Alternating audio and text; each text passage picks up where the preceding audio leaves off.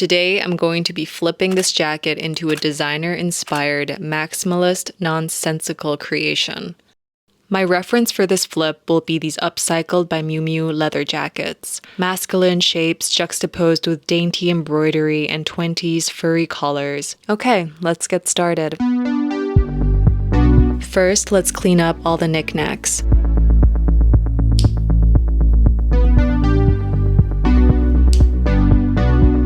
Okay, much better. Now we're ready.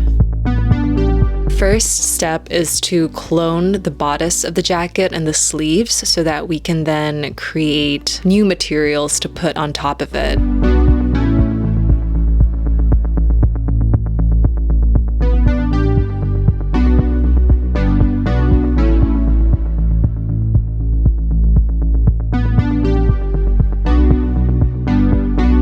The idea of adding a piece of leather and some jacquard on the front and back and the sleeves to make it all a bit more spicy.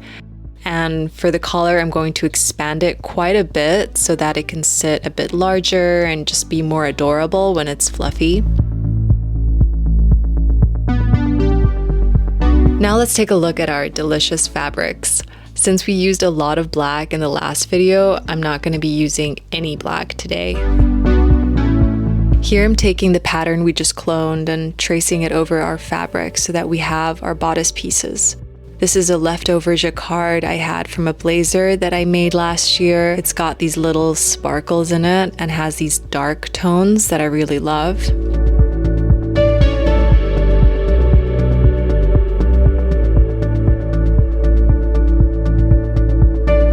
Now we will have our 2 front panels, 2 back panels, and 2 sets of sleeves. Now we can serge all the sides and just make sure everything's clean and neat. Since the jacquard is a bit more soft, pliant than the leather piece, I want to stiffen it up a little, so I'm cutting out some horsehair canvas. Now let's stitch it into place, and this way it's invisible on the other side.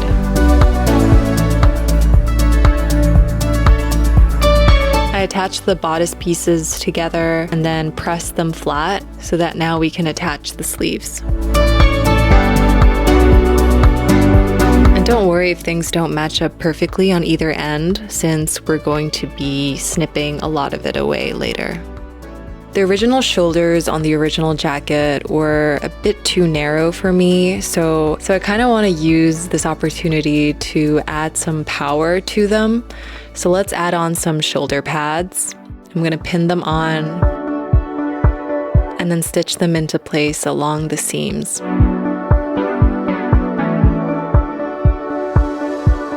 Now we have our more powerful and structured shoulders.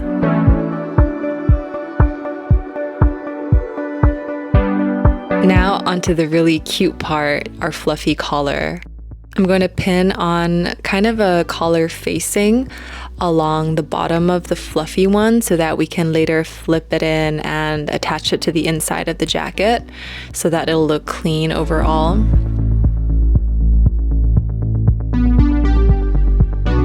Now we can attach the collar lining along the neck opening.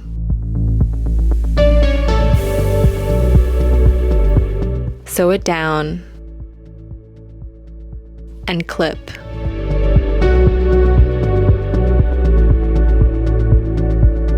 Take the bodice containing our new collar lining and place it right sides facing to the furry side of the collar.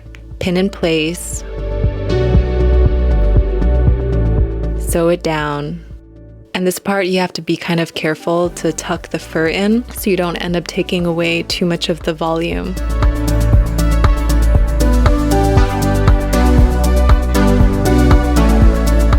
Snip the ends, clip the edges, press.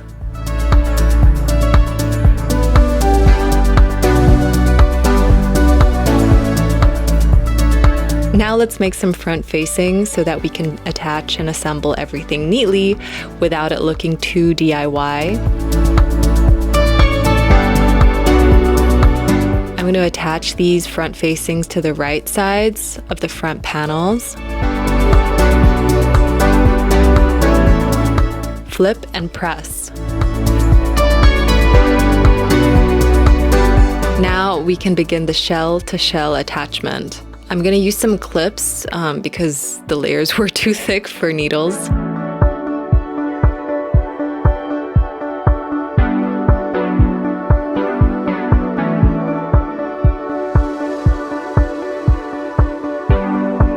I'm also going to pin the center back of the collar as well as the center seams together with the original jacket so that everything is lying where it should be.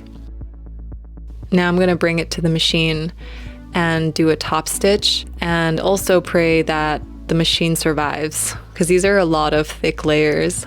Once the sides are done, I'm gonna fell the front facing in by hand since I don't want there to be like a machine mark on the back side. And to make sure the collar doesn't wiggle about, I'm actually gonna just use some double-sided tape that I had. I actually bought this tape for bookbinding, but I guess this is a perfect excuse to use it. I just kind of need the old collar to be somewhat attached to the new collar so that it doesn't, like move about inside.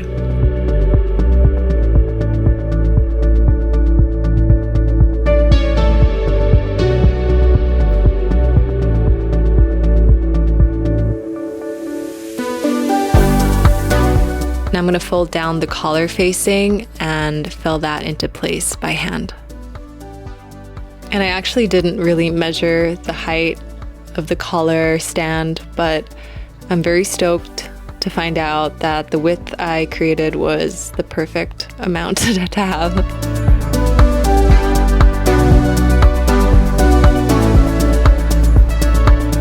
Once you're close to the end, I'm just gonna snip off the excess and then fold it in.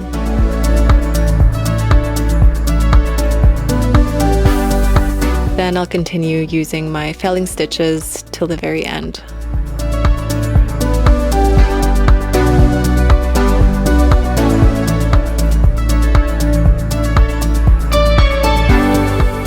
And also fell down parts of the outside of the jacket.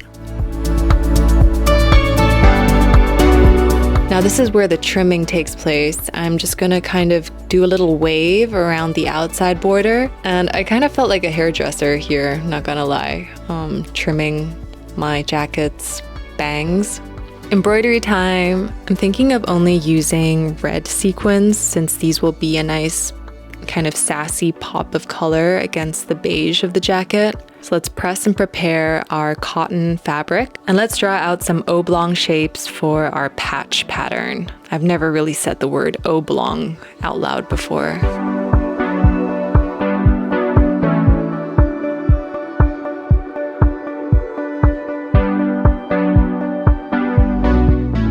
Some of these look like alien bubbles, which I'm more than okay with. Now we attach our frame, and the games can begin.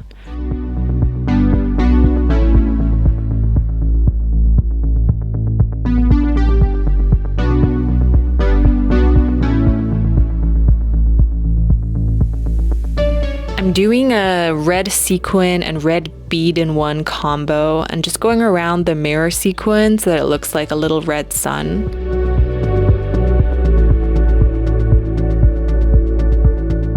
This was the start of, I think, like a week or nearly 10 days of embroidering whenever I could.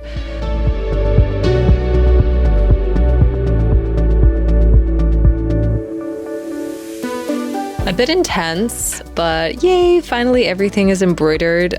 So let's cut it all out.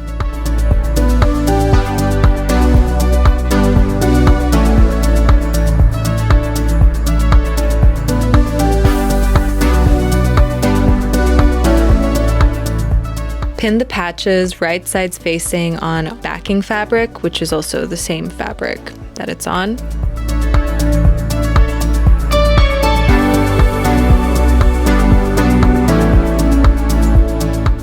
When sewing it down, leave a little gap so that we can flip it through later. Snip around the curves. Having an awl will be quite useful. So even though I just spent 10 days embroidering tiny beads, this poking process was more painful for some reason. I really had to hustle my way to get them all flipped.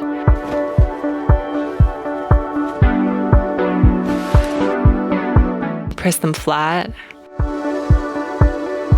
and fold and press the gaps.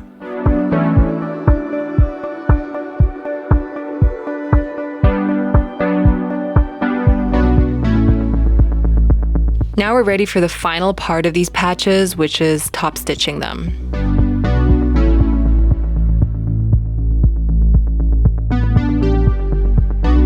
These took really just way too long to make. At this point, you can patch anything, but we're going to stay dedicated to our jacket. I'm going to use some fabric glue to just help me fix the pieces to where they're supposed to go. And don't worry, I'm going to hand stitch them all into place along their sides so that it's invisible to the eye.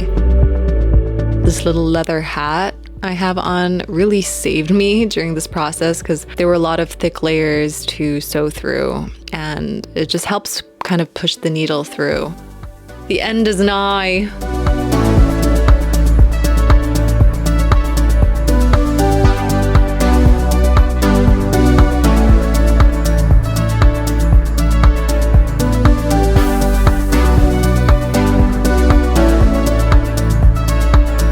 So I really wanted to finish the jacket that night, but it was getting really dark and creepy outside in my hut. So I brought the jacket in, and Hulu accompanied me as I finished the jacket.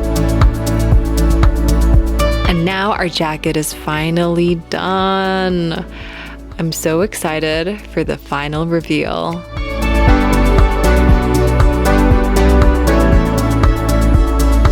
I've never upcycled an existing garment that I own to this extent, but I am really, really, really stoked about how these turned out. I think I did this in 2 weeks.